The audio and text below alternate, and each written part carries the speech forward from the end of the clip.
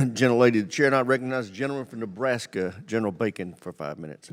Thank you, Secretary Austin, General Milley, Mr. McCord. We appreciate you being here. I want to thank you for being accessible to myself and our office with your staffs. I'm grateful.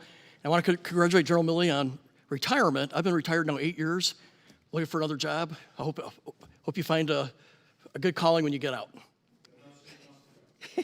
Okay. I have two statements, then a couple questions. The first one, more of a thank you statement. My second one's a little more critical.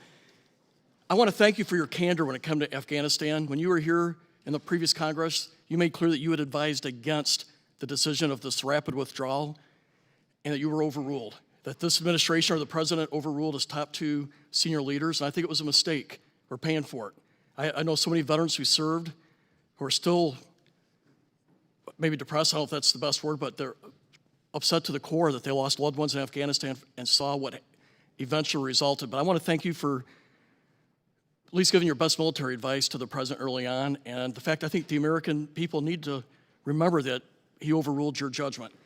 Sir, if Yes. I may, I have never disclosed what my recommendation to the president was, and I just want to make sure that I'm on a record for saying that, because that's what I said the last time I was here. Okay, that was General Milley that did, and you were there. Yeah, well, first of all, I would like to interject also, General McKenzie made it clear he objected, so both he and General Milley did. Sorry, go ahead, General Milley. yeah, what I was going to say, I wouldn't say presidents overrule us. Presidents make decisions, and they take advice from all kinds of people, and they take information, and it's their job to make the decision. All we do is render our military advice, and the scope of decisions by the president is much wider.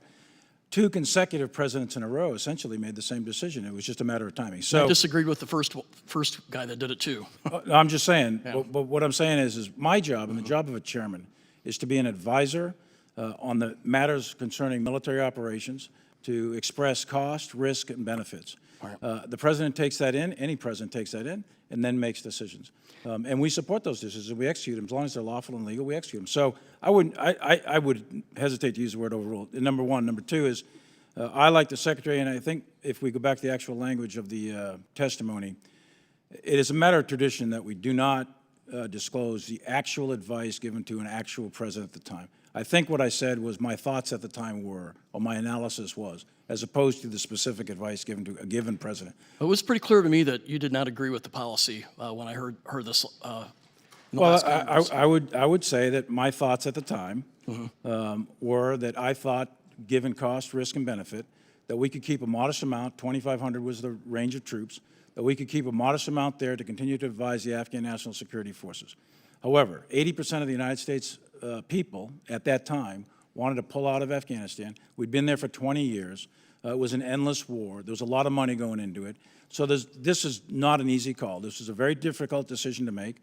I personally, even today, have to come to grips with reconciling what occurred in that war, along with every other veteran. Secretary Austin spent many years in Afghanistan. I spent many years. I buried 242 kids coming out of that country in Iraq.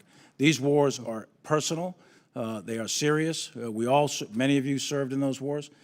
These aren't easy decisions at all. We had a policy that was working, and you alluded to it. We had 3,500 troops there, no losses in a year and a half.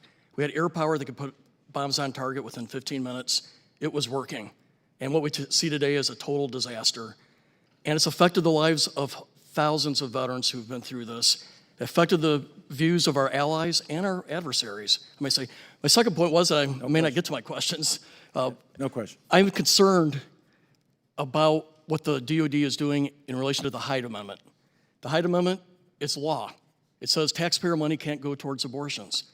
But if I understand the DOD policy, you are not in compliance with it, with the Hyde Amendment.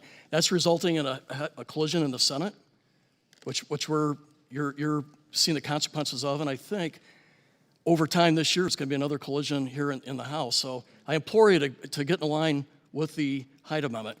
So my main question I wanted to ask, and I'm out of time, I'll do it for the record. Again, okay. I just would like to, for the record, just make sure that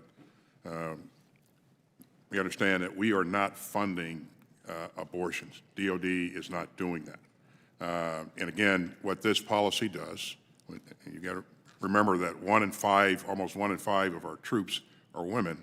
This policy provides access to non-covered reproductive health care. And again, it is not, this does not fund abortions. It's based on sound legal judgment. And again, if you want to see the DOJ's input to this issue, it's posted on their public-facing website. Gentleman's time's expired.